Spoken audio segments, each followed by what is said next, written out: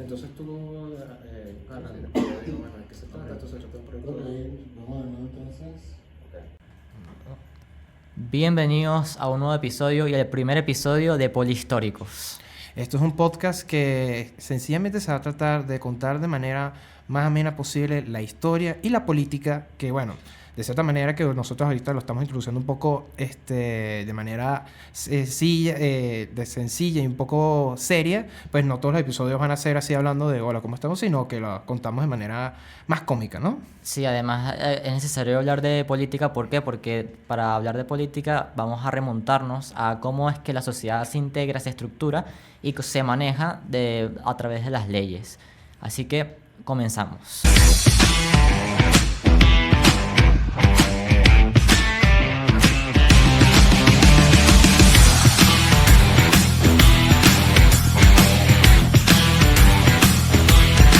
Bueno, como les decíamos al principio, nuestro podcast básicamente se va a tratar de política de historia, siempre unido. ¿Por qué? Porque para hablar de política hay que hablar de historia y viceversa.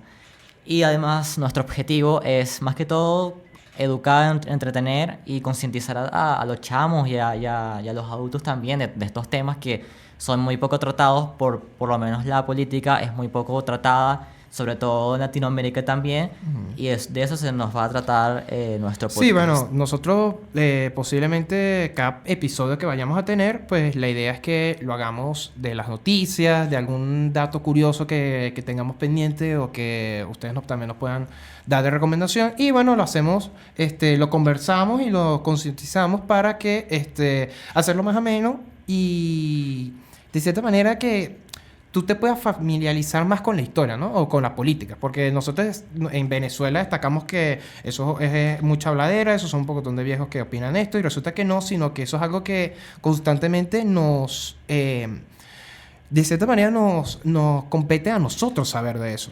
Además que la sociedad siempre, y no solamente la sociedad en general, sino el venezolano, debería tener ya la facultad de siempre estar informado sobre lo que pasa y no cansarse, porque eso también pasa mucho, ¿no? Cuando a veces se habla de historia y la gente... la gente como que lo toma muy... Sí. Mira, yo qué sé eso. Bueno, sobre todo los chamos. Sí, y como a veces las aburre, a veces dicen, bueno, pero ¿para qué nos va a servir esto? Bueno, para tomar en comparación con lo que pasa hoy en día y así saber tratar las situaciones que se nos enfrentan en la sociedad, más que todo.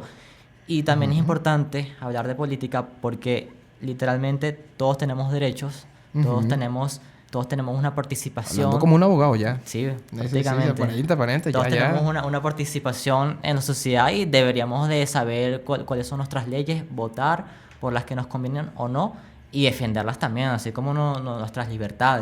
Claro. Aparte también es un tema de culto, ¿no? Quien no le gusta también a una persona que de repente tú hablas con ella y te saca 300 datos curiosos históricos, que eso tú puedes decir, mira, este es un nerd, ¿qué le pasa a este chamo? Y de repente este tipo es muy culto y eso te abre bastante camino, ¿no? También, eso es algo importante que hay que tomarlo en cuenta. Y algo muy importante es que vamos a hablar sin problema, o sea, es decir, aquí por lo menos en nuestro país no hay tanta libertad de expresión, así que nosotros vamos a encargarnos de siempre explicar todo, dar todas las opiniones sin cerrarnos y tampoco, evidentemente, no nos vamos a ir a los extremos porque si nos vamos a los extremos siempre vamos a llegar a un hueco.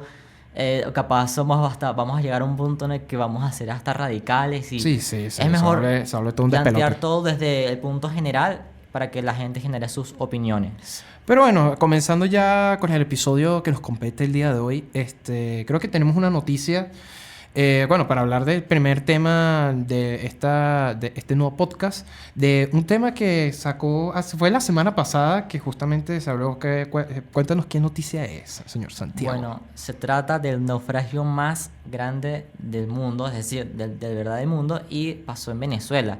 Sí, el naufragio más grande de la historia está aquí en Venezuela, hermano. O sea, yo pensé que era un ferry que iba para Margarita y resulta que no. O sea, hay que cantar prácticamente Mi patria querida, que hay que cantar no sé, que cantar para que... O sea, somos el primer país del mundo en inflación, en todo, y ahora el naufragio más grande del mundo. Exacto. O sea, chamo, pero ¿qué pasa? Vale, Venezuela, ¿de cuándo va a ganar algo? Entonces, hablamos del arqueólogo José Pérez Gómez, que por cierto, él comentó que lleva como desde 1998 en esta investigación, imagínate.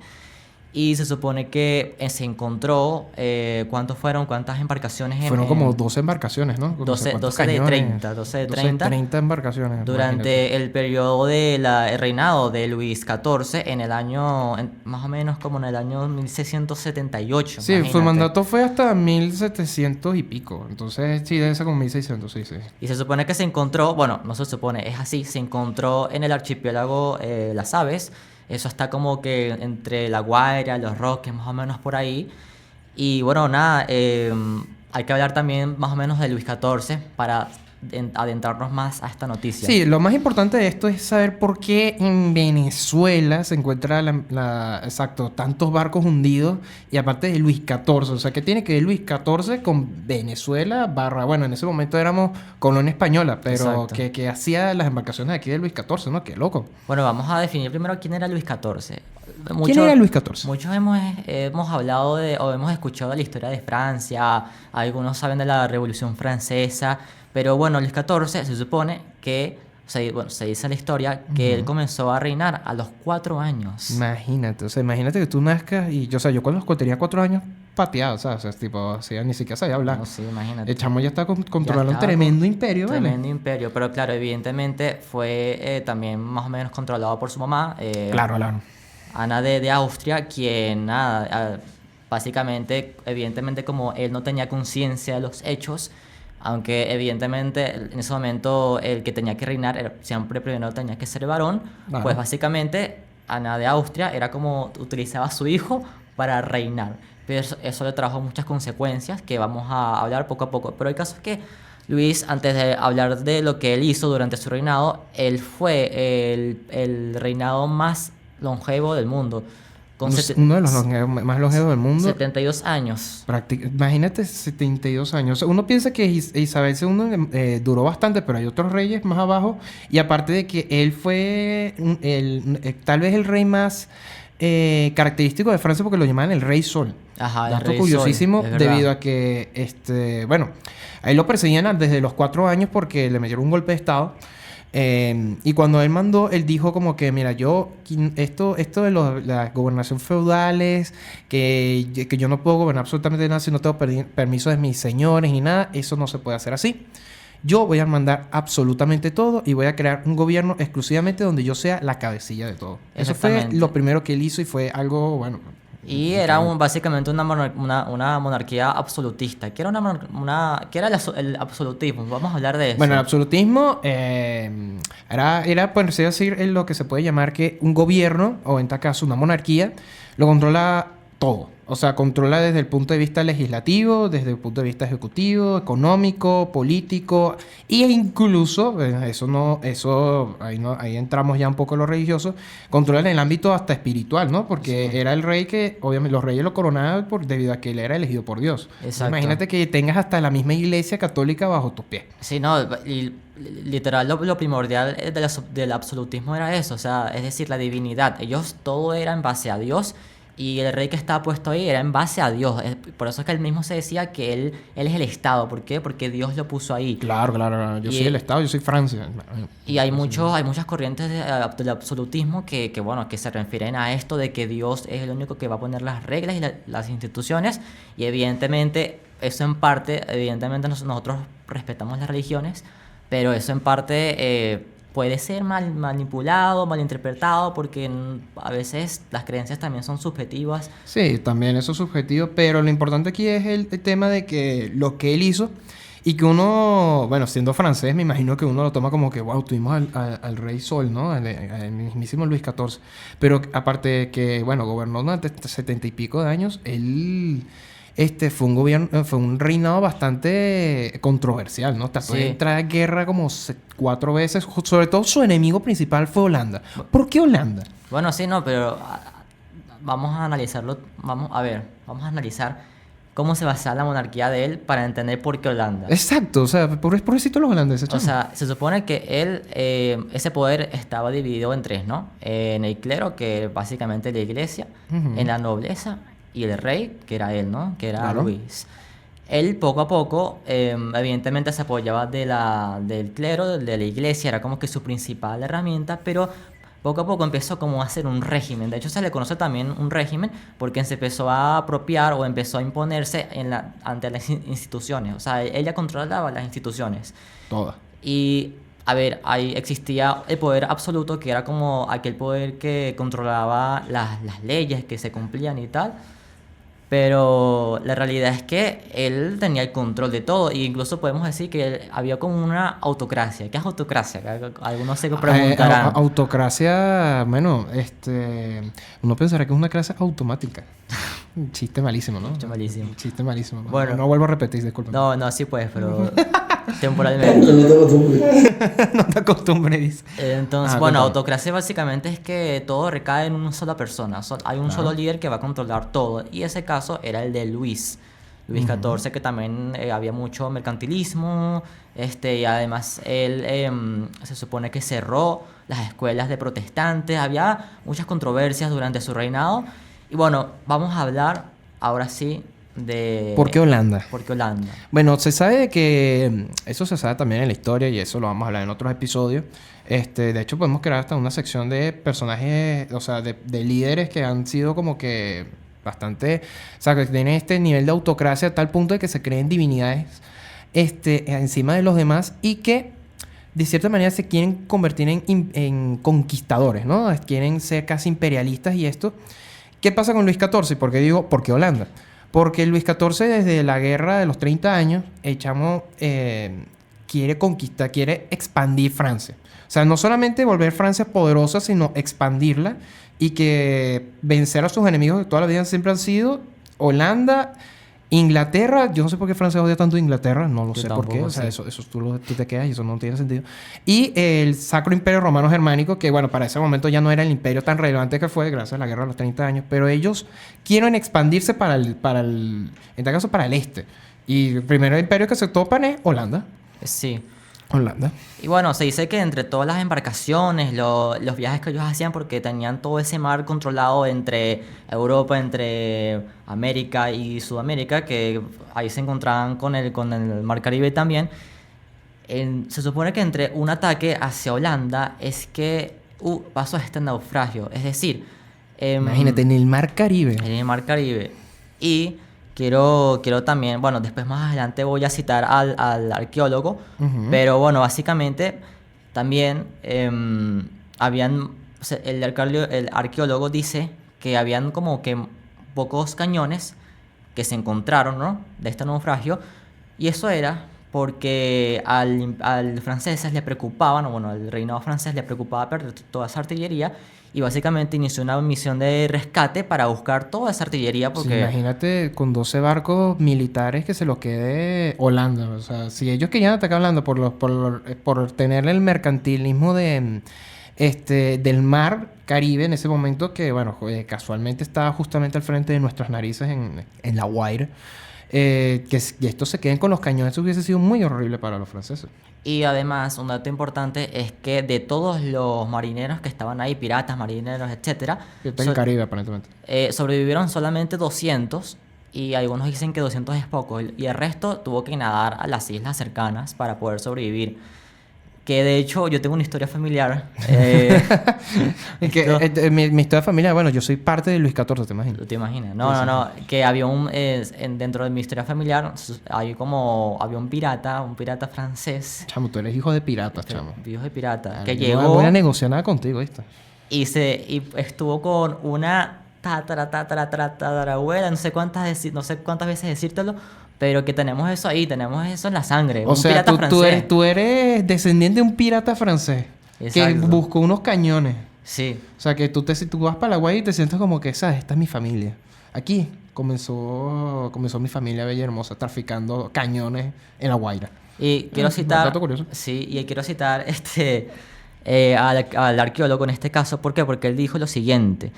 En lo que respecta a cantidad de embarcaciones encalladas, y hundidas al mismo tiempo y contextualizadas en un mismo lugar, no hay otro naufragio en el mundo más grande que el de la flota francesa de Luis XIV, también conocido como el Rey Sol, producido en la isla de Aves de Sotavento, en Venezuela. Y este episodio involucró importantes barcos de línea que no solo resumían la máxima tecnología de su tiempo, sino que portaban centenares de cañones y un gran número de marineros a bordo. Es impresionante, ¿no? No, Lo que puede claro. ser marcado para la historia. O sea, imagínate que para tú... O sea, lo que hace un reino exclusivamente para... No o sea, si tú me dijeras que ellos estuviesen en guerra, te lo entiendo perfectamente como algo que pasó en la Segunda Guerra Mundial. Pero es un tema de conquista, de tener poder militar, político, económico en todas partes del mundo. Esto es algo que, bueno, como ya les digo, son esas personas que tienen un nivel de autocracia demasiado fumado. Quieren vencer a los holandeses hasta en el Mar Caribe y van con toda la artillería posible, ¿me entiendes? O sea, con tantas personas murieron, tantos marineros, tantos barcos. Te das cuenta de que el poderío que tenía Francia en ese momento y que lo podía haber convertido en un gran imperio, pero bueno, lastimosamente como que los demás imperios se dieron cuenta, tipo España dijo como que, hey, Holanda dijo también, chamo, cálmate, Inglaterra, y sobre todo que Inglaterra es el que al día de hoy tiene la fuerza marina más poderosa del mundo. Bueno, al día de hoy no porque lo supera obviamente Estados Unidos, pero en su momento el poder marítimo, el imperialismo de Inglaterra, una broma loquísima, ¿vale? O sea, era algo rudo, pues, para Francia perder 12 barcos. Imagínate, ve. De hecho, gracias a tantas pérdidas, se puede concluir de que varios años después, no varios, casi décadas después, llegó a la Revolución Francesa. Por el absolutismo que había. Todo el dinero se iba al no militar. No, y tú sabes que también me puse a investigar más sobre el arqueólogo y yo dije, bueno, ¿cuál es la postura de los arqueólogos? Es decir, ¿cómo ellos hacen para saber todo esto que sucede a lo largo de la historia y además saber los datos exactos, los años exactos, todo esto de forma exacta? Uh-huh. No solamente que en este caso se digitalizó el mapa, se encontró el mapa que usaban los navegantes, los marineros, no solamente eso, y que él como que de ahí se guiaba, sino que además es importante destacar que él, como la investigación lleva desde el 98, imagínate, Wow. Él se puso a investigar entre la gente, porque también parece que uno de los cañones está en La Guaira, entonces, de los que se hundió. Y entonces me puse a investigar y justamente le preguntaron a él que había sido su trabajo en esta investigación. Y él dijo lo siguiente, voy a volver a citar, y mi última va a ser la última. Parecía que estuviese el arqueólogo aquí con nosotros, ¿no? No, una conferencia. Sí, una conferencia de crédito. Él dice, resulta que un ciudadano francés residenciado en Venezuela, el señor Gilbert Quenot, tenía conocimiento sobre un cañón de hierro que fue trasladado desde Aves de Sotavento hasta un club de playa en el litoral central. Yo me entero y me pongo en contacto con Siredot, el señor, quien me contó sobre, o sea, cómo fue recuperado el cañón en 1973 y llevado hasta el Club Playa Grande en La Guaira. Esto amerita no solo documentar, sino explicar a la gente la importancia de no remover el tipo de objetos antiguos de sus contextos originales. Estudiarlos en sus sitios de origen nos permite a los arqueólogos dibujar el pasado con más precisión. Eso es un gran tema que bueno, lo dejamos, una reflexión que podemos hacer al final es que muchos arqueólogos para estudiar la historia lo que hacen es más bien cambiarla, porque si eso está ahí, por ejemplo, si es como agarrar las pirámides que están en Egipto y cambiarlas y ponerlas en un museo para estudiarlas mejor. Pero si eso se construyó ahí fue por algo. Si eso está ahí fue por algo. Si eso se hundió en arena, eso está por algo. Si están unos barcos hundidos en el Mar Caribe, eso es digno de estudiarse. O sea, eso ha sido una gran controversia durante muchos años, el tema de mover los objetos para estudiarlos en un museo o algo así, porque de cierta manera cambias la historia y puedes decirlo a tu conveniencia también, y que mira, conseguí este cañón de repente en mi casa, o sea, pero porque está un cañón ahí, ¿me entiendes? Y aparte de que eso se puede estudiar mejor estando en el Caribe.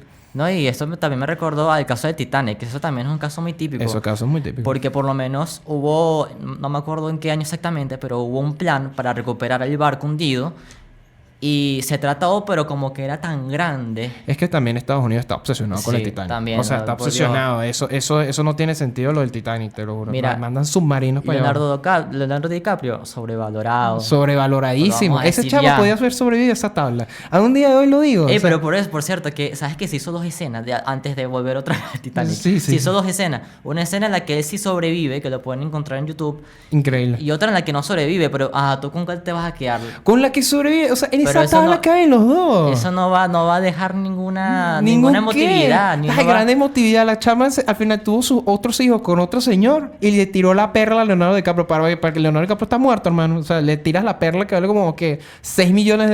Y- Con eso te armas una empresa, armas otro Titanic. Y que mira, este Imagínate. Titanic no se hunde más nunca.